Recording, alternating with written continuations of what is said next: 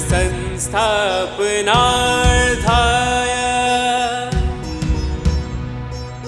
संभवामि युगे युगे संभवामि युगे युगे संभवामि युगे युगे। भक्त किसे कहा जाता है? क्योंकि भक्ति योग चल रहा है और भक्ति योग समझने का अधिकारी कौन है? भक्त। और भक्त कौन होता है? जो कर्म योगी हो गया। ये लाइन समझ में आ रही है? ये पूरी भगवत गीता एक धारा है, धारा। तुम बीच में से भक्ति योग उठाकर नहीं समझ सकते। अगर भक्ति योग ही इंपॉर्टेंट था तो उसी को बोल देते। कुछ कहते हैं ज्ञान योगी सबसे महत्वपूर्ण है, सीधा। अरे उस ज्ञान तक पहुंचने के लिए भक्त का हृदय तैयार है, लेकिन बीच में इसलिए भक्ति आई। और ये भक्त कब बनता है? जब वो कर्म योगी बनता है। ये लाइनें समझ में आ रही है कि नहीं? सामान्य रूप से ऐसा होता है, जब भी हम भक्त शब्द का प्रयोग करते हैं ना, तो आंखों के आगे एक ऐसे व्यक्ति की सूरत मूरत छवि आ जाती है कि जो मंदिर में पूजा का थाल सजाए खड़ा है, जो आंखों में आंसू लेकर खड़ा है, जो जप पूजा तप इत्यादि कर रहा है। यही तो भक्त, जो मंदिर में 10 प्रकार से अलग अलग ढंग से कभी यूं झुकता है, कभी यूं झुकता है, कभी यूं झुकता है, गजब का भक्त है। तुम ही तो बोलते हो कि नहीं? अपनी वोकैबुलरी को भी ठीक करना। भक्त होना इतना आसान और इतना सस्ता नहीं है। खाली पूजा पाठ तीर्थ यात्रा कर लेने से कोई भक्त नहीं हो जाता। खाली लाखों के दान दे देने से कोई भक्त नहीं हो जाता। भक्त होने की कुछ और शर्तें हैं। पहली शर्त, 4 शर्तें हैं। भक्त होने के लिए हृदय की आवश्यकता है। बुद्धि से कोई भक्त नहीं होता। बुद्धि का काम कहाँ तक है? बुद्धि का काम है राइट को चूज करना, लेकिन राइट जो तुमने चूज किया है वह तुम्हारा स्वभाव बन जाए, उसे हृदय कहते हैं। हृदय की नई डेफिनेशन। ये बायोलॉजिकल हार्ट की बात नहीं चल रही। ये बायोलॉजिकल तुम्हारे यहाँ पर जो हार्ट है, लेफ्ट होता है राइट होता है? कहाँ होता है? लेफ्ट में जो हार्ट होता है, ये उसकी बात नहीं कर रहे, आध्यात्मिक हृदय की बात कर रहे हैं। सही और गलत के बीच में चुनाव कौन कर रहा है? स्थूल बुद्धि। शाश्वत यानी नित्य यानी परमानेंट और अनित्य यानी टेम्पररी के बीच में भी चुनाव कौन कर रहा है? सूक्ष्म बुद्धि। अब ये चुनाव ही करते रहोगे कि चुन के आदत बना डालोगे?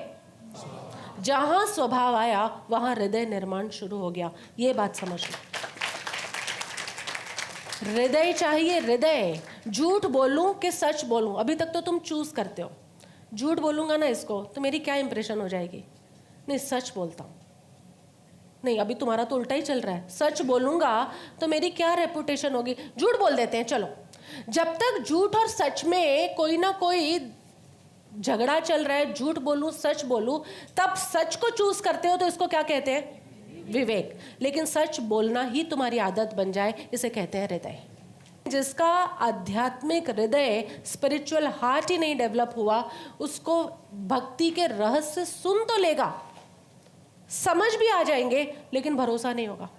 क्योंकि श्रद्धा हृदय का गुण है, बुद्धि का नहीं। और भक्ति योग को समझने के लिए श्रद्धा चाहिए, बुद्धि नहीं चाहिए। बुद्धि कहाँ तक चाहिए थी? कर्म योग को समझने के लिए, सदगुरु को चूज करने के लिए। लेकिन अब भगवान को समझने के लिए बुद्धि भी नहीं चाहिए, कोई नहीं चाहिए। ईश्वर तक पहुंचने, उसकी समझ, उसके रहस्यों को समझने के लिए हृदय चाहिए। तुम्हारा हृदय हाँ बोलेगा। तुमने नहीं महसूस किया, तुम जब किसी के प्रेम में होते हो, किसी के भी, कोई सामान्य व्यक्ति के भी प्रेम में होते हो, तब वो जो कुछ भी कहता है वो तुम्हें सही लगता है। चाहे वो झूठ भी बोल रहा है ना, तो भी तुम्हें क्या लगेगा? सही है। ये जो कह रहे हैं ना या कह रही है वही सही है। ये कौन कहलवाता है भीतर से? ये श्रद्धा कहाँ से आती है? हृदय। हृदय। हमें उस हृदय का निर्माण करना है जो तर्क ही नहीं करना जानता। तर्क करो कब तक? कर्म योग तक। तर्क करो विवेक प्रकट करने के लिए। राइट और रॉन्ग के बीच में जो विवेक है उसको प्रगटाने तक लॉजिक यूज करो, तर्क यूज करो। क्रोध करके मैं सुखी खुश होता हूं या क्षमा करके? लॉजिक यूज करो, बताओ। गुस्सा करके तुम अपने अंदर बड़ी राहत की फीलिंग फील करते हो, वाह मजा आ गया आज तो गुस्सा करके, या किसी को माफ करके छोड़ना यार, ऐसे करके तुम अपने आप को हल्का और राहत महसूस करते हो। किसमें राहत लगती है? यूज लॉजिक, थोड़ी तो अक्ल का प्रयोग करो। अभी तो किसी का, हाँ, मेरे पास ईमेल आया था कि बेन प्रभु हमें तो गुस्से में भी मजा आता है। लो, और अगर हमें मजा ना आता हो तो हम गुस्सा करें क्यों? यानी डेफिनेटली हमें मजा आता है, लेकिन बस यह नहीं समझ में आ रहा कि हमें मजा आता किस बात का है। ऑल्दो गुस्से के बाद बीपी हाई हो जाता है, टेंशन होता है, हाथ पैर ढीले पड़ते हैं, मतलब किस लेवल का क्रोध होता होगा। तो he was just asking me कि बेन प्रभु हम क्रोध करते क्यों हैं अगर वो हमें दुखी ही करता है तो मतलब उन्होंने ये डिराइव किया, इसका मतलब क्रोध कहीं ना कहीं हमें आनंद दे रहा है, तभी हम करते हैं। उनको मैंने जवाब दिया, तुम भी जानना चाहोगे क्यों? हाँ, तुम बुड़बुड़ कुछ भी कर लो, मुझे सब पता है। कहीं ना कहीं ये क्रोध की आदत तुम्हारी भी नहीं छूट रही, और हम करेंगे वही जो हमें सुखी कर रहा है, पक्का है। तो ये क्रोध हमें क्या सुख देके जाता है, कभी सोचा तुमने? जब हम किसी के ऊपर क्रोध करते हैं तो उसमें सुख क्या मिलता है? The power of domination. तुम उसके ऊपर हावी हो गए। जो ये हावी होने का जो भाव होता है ना, कि मैं जब चिल्ला रही हूँ तो सामने सब लोग थोड़ी देर चुप हो जाएंगे कि नहीं? उन्हें पता है पागल हो गई, चिल्ला रही है, गला फाड़ रही है, हम क्यों बोले? तो जब कोई चिल्ला रहा है तब वो भीतर में क्या एक्सपीरियंस करता है? I am dominating the scene, मैं इस सीन के अंदर हावी हो रहा हूँ। तो वो जो सुपीरियरिटी की, वो हावी होने की फीलिंग होती है, वो कहीं ना कहीं तुम्हें मज़ा दे रही है, और इसीलिए तुम एंगर करते हो, बार बार क्रोध का चुनाव करते हो। ये ध्यान रखना, जब तक चुनाव करना पड़ रहा है तब तक बुद्धि है। चुनाव सही कर लेते हो इसका मतलब है विवेक है, लेकिन चुनाव करने की आवश्यकता ही नहीं रहती, इसका मतलब हृदय आ गया। ये बात समझ में आ रही है? तो भक्त कौन है? नंबर 1, अब ये पहला ही पॉइंट चल रहा है, विवेक से आगे जिसका हृदय बन गया। दूसरी बात, भक्त कौन होता है? भक्ति का संबंध समर्पण से है कि नहीं? प्रेम, श्रद्धा और अर्पणता, यानी कंप्लीट पैकेज को समर्पण कहा जाता है, जिसके भीतर समर्पण जागृत हुआ। अब ये समर्पण 2 प्रकार का होता है, एक भावात्मक समर्पण और दूसरा विचारात्मक समर्पण, यानी एक इमोशनल डिवोशन और एक इंटेलेक्चुअल डिवोशन। मैं फेवर करती हूँ, फेवर क्या, मैं तो कंपेल करती हूँ कि सेकेंड टाइप का ही डिवोशन होना चाहिए, इंटेलेक्चुअल डिवोशन। लेकिन भक्ति प्रधान समाज के अंदर दिखता क्या है? हर तरफ इमोशनल फूल्स भरे हैं। सॉरी टू से, इमोशनल फूल्स, खाली भावनाओं के स्तर पर, भावों के आवेश में किसी को पूज रहे हैं। ना स्वरूप समझते हैं, ना ढंग समझते हैं, ना साइंस समझते हैं, ना लॉजिक समझते हैं, ना इन रहस्यों की समझ है, लेकिन कहीं ना कहीं बस वो कर रहे हैं ना, इसलिए हमें करना है।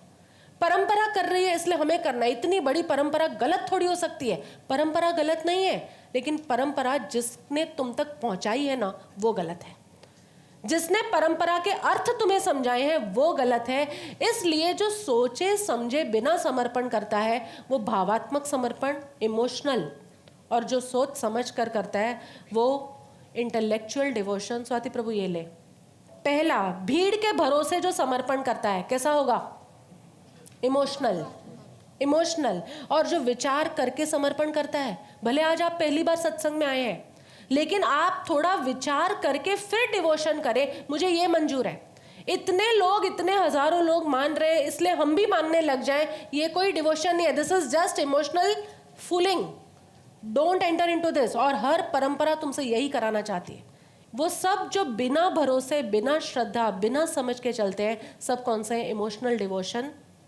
ठीक है, डिवोशन है, लेकिन ये अंतिम तक नहीं पहुंचाएगी। और जो विचार के बाद निर्णय करते हैं वो कौन से हैं? इंटेलेक्चुअल, विचारात्मक। तीसरा, भावों के आवेश में किसी को गुरु मान लेते हैं और फिर संदेह करते रहते हैं।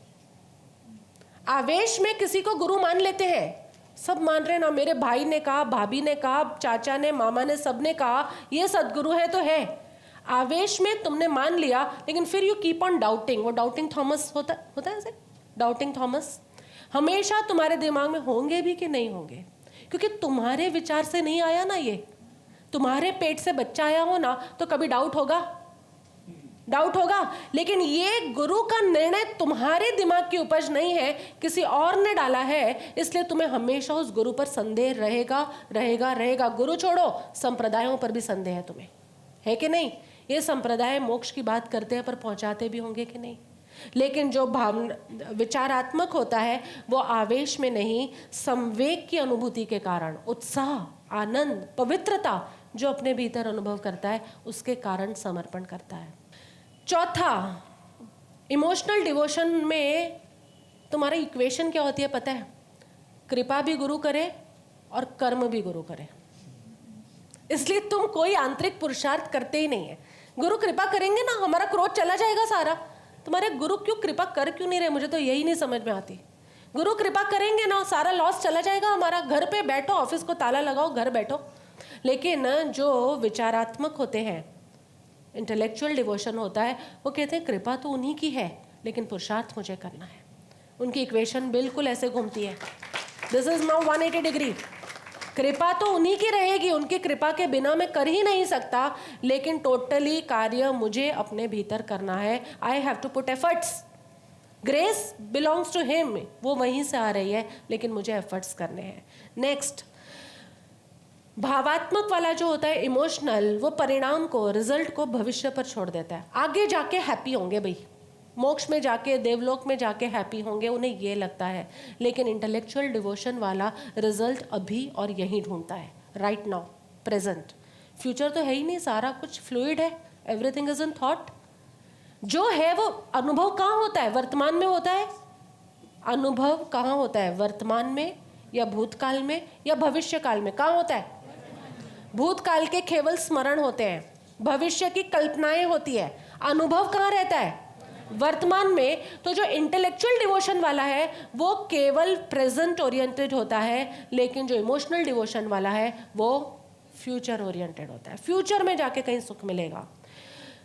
आगे, अपने श्री गुरु को सही मानता है कौन? इमोशनल डिवोशन वाला। मेरे गुरु सही, बाकी सब गलत, बाकी सब गलत, बाकी सब छोटे, ओछे, कम, उनमें ज़्यादा कुछ नहीं है। मेरे माई गुरु इज पावरफुल। ये माई अब अपनी चीज़ों से हटता है तो ये माई अपने गुरु और संप्रदाय पे चिपकता है। ये माई बड़ा खतरनाक है, वहाँ चिपकता है। लेकिन जो इंटेलेक्चुअल डिवोशन वाले हैं वो क्या कहते हैं? सभी गुरुओं की अपेक्षा समझते हैं, उनकी दशा को समझते हैं और सभी का आदर और सम्मान करते हैं। और फाइनली, जो भावात्मक होते हैं उनमें कभी विवेक जागता ही नहीं, हर बार डावाडोल अवस्था में ही होंगे।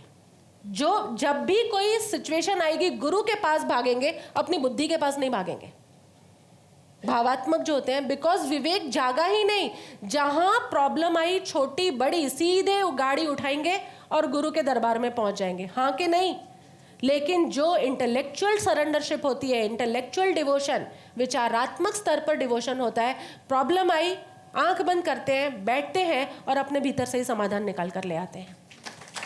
Come with intellectual devotion.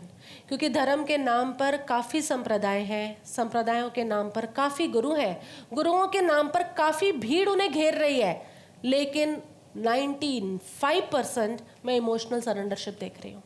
95% of times emotional devotion है, भावात्मक। जीवन में कोई रूपांतरण नहीं है।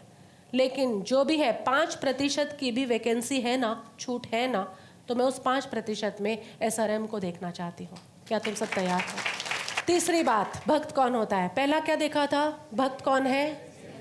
विवेक से आगे जिसका हृदय निर्माण हुआ। दूसरा क्या देखा? जो भावात्मक समर्पण नहीं करता, विचारात्मक करता है। इमोशनल डिवोशन नहीं है, इंटेलेक्चुअल सरेंडरशिप, इंटेलेक्चुअल डिवोशन है उसका। तीसरी बात, भक्त कौन होता है? जरा विपरीत से उसका अर्थ निकाल लेते हैं। भक्त का विपरीत होता है विभक्त। विभक्त, विभक्त यानी बटा हुआ, खंडित, टूटा हुआ। जो सब कुछ बटा हुआ, खंडित, टूटा हुआ, अलग अलग, जो डिफरेंसेस पर दृष्टि डालता है वो विभक्त है। और जो डिफरेंसेस नहीं, इन डिफरेंसेस के बीच में जो एक है उस पर दृष्टि डालता है, वो भक्त है। भक्त की कितनी प्यारी व्याख्या है ये। जो अलग अलग विभक्त, विभक्त कौन है? जो भेद पर दृष्टि डालता है, डिवाइड डिवाइड डिवाइड डिवाइड, जो सबको डिवाइड करता है, मनुष्य को मनुष्य से डिवाइड करता है, संप्रदाय को संप्रदाय से डिवाइड करता है, व्यक्ति को व्यक्ति से डिवाइड करता है, वो कौन है? विभक्त। और जो डिवाइड नहीं करता, जो सबको उस एक ईश्वरीय शक्ति के अंदर यूनाइट करके देखता है, उसको कहा जाता है भक्त। ये है भक्त। तुम लोगों में भेद भेद कर रहे हो कि लोगों में अभेद देख रहे हो? भेद है, कोई स्त्री है, कोई पुरुष है, कोई ऊंचा है, कोई नीचा है, कोई होशियार है, कोई बेवकूफ है, कोई धनवान है तो कोई गरीब है, भेद है। लेकिन इन हर भेद के भीतर एक समानता है कि नहीं? सब में ऊर्जा तो एक ही है ना। उस ऊर्जा को तुम आत्मा कहो, परमात्मा कहो, सोल कहो, एनर्जी कहो, वॉट एवर यू से। एक को यदि तुम देख रहे हो तो तुम कौन हो? भक्त। और यदि तुम अनेक को देख रहे हो तो तुम हो विभक्त। विभक्त नहीं पहुंचता, भक्त पहुंचता है। शुरू करें फिर अब 9वां अध्याय, राज विद्या राज गुह्य योग। पहला श्लोक, श्री भगवान उवाच।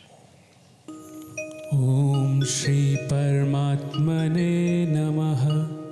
अथ 9मो अध्यायः।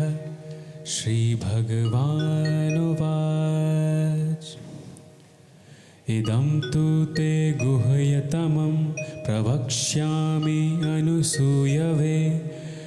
ज्ञानं विज्ञानसहितं यत् ज्ञात्वा मोक्ष्यसे अशुभात्।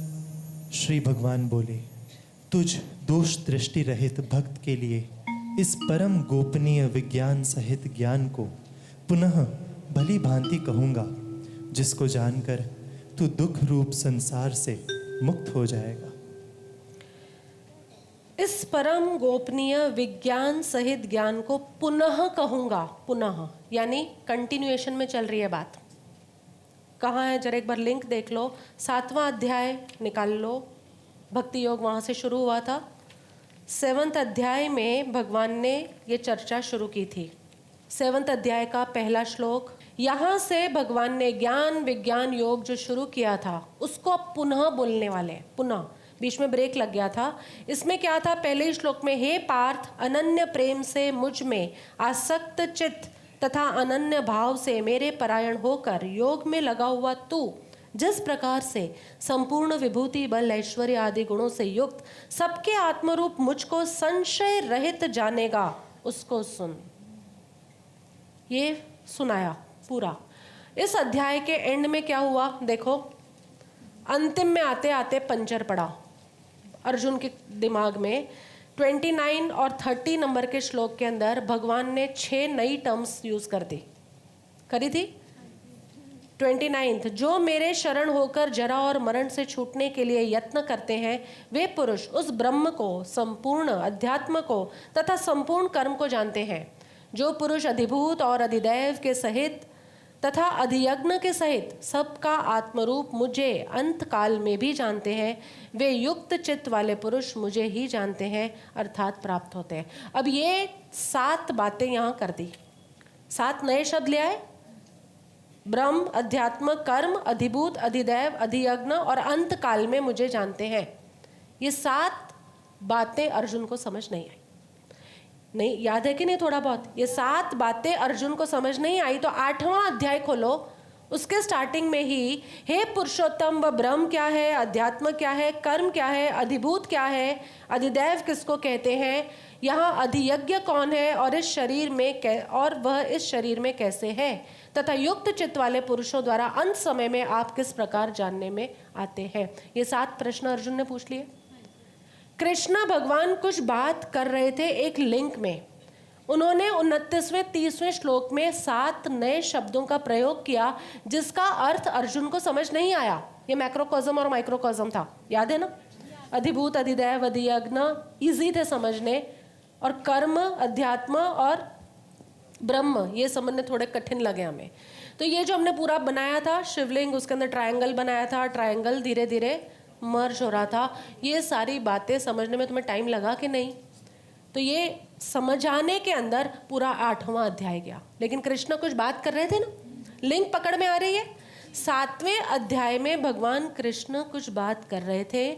वो बात के अंदर बीच में अर्जुन ने प्रश्न पूछ लिया, 7 प्रश्न, एक नहीं 7, और वो 7 प्रश्नों का समाधान देने के लिए यहाँ पर ये 28 श्लोक 8वें अध्याय के अंदर चलते रहे। अब भगवान फिर से क्या कह रहे हैं, तो अब मैं पुनः परम गोपनीय विज्ञान सहित ज्ञान को, ज्ञान विज्ञान योग था ना वो, उस ज्ञान विज्ञान योग को अब मैं यहाँ कंटिन्यू कर रहा हूँ। ये बात समझ में आ रही है?